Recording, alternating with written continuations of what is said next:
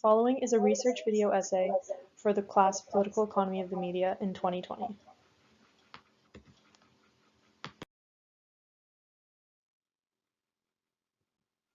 My name is Stephanie and I'm a fourth year communication and sociology student at the University of Ottawa.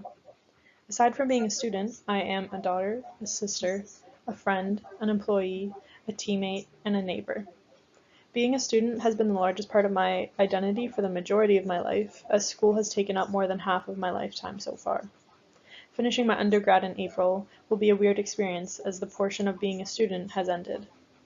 In terms of being a student in the political economy of the media this past semester, it was a diverse experience in terms of studying the media.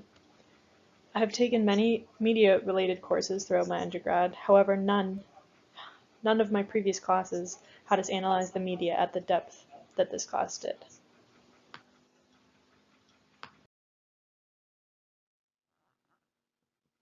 My research project revolved around the following research question. How has the media influenced or shaped my understanding of the relationship between food production and its ecological footprint?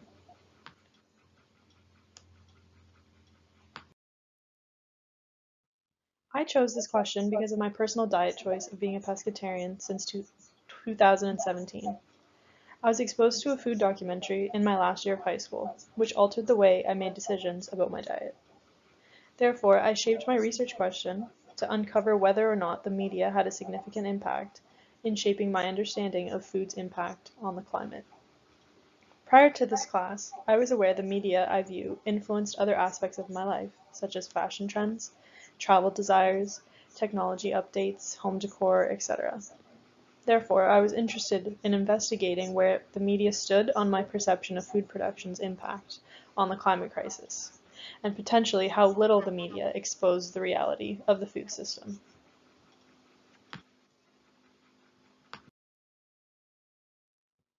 The process of data collection for this research project consisted of accumulating images and thoughts in response to 20 field notes and 15 writing prompts that ranged in topics.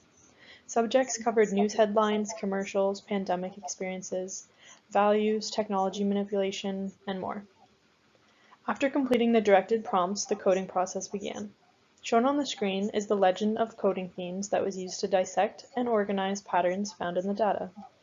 So as you can see, gender inequality, media, news and political, economic, technology, food production/climate, feelings, and identity were all of the themes coded in this project. The data was read through and color-coded when a theme presented itself in the research.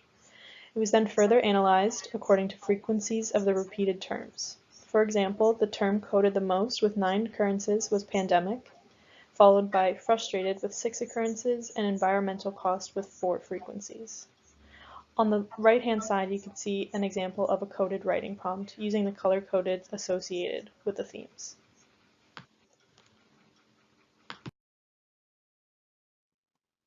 What surprised me most about this experience was the overall impact the media and my surroundings had on my inner feelings.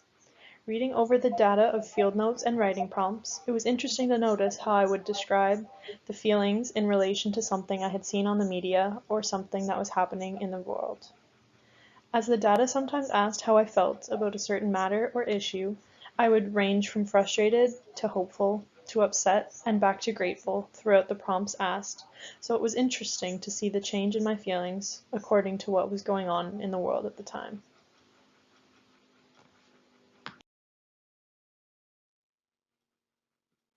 My research journey is important because it was a step in uncovering the manipulation, control, and distortions in the capitalistic society we live in.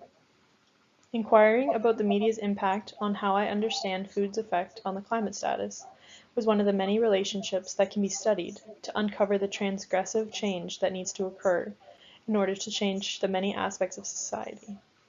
This research project was only a small step in the work that needs to be done.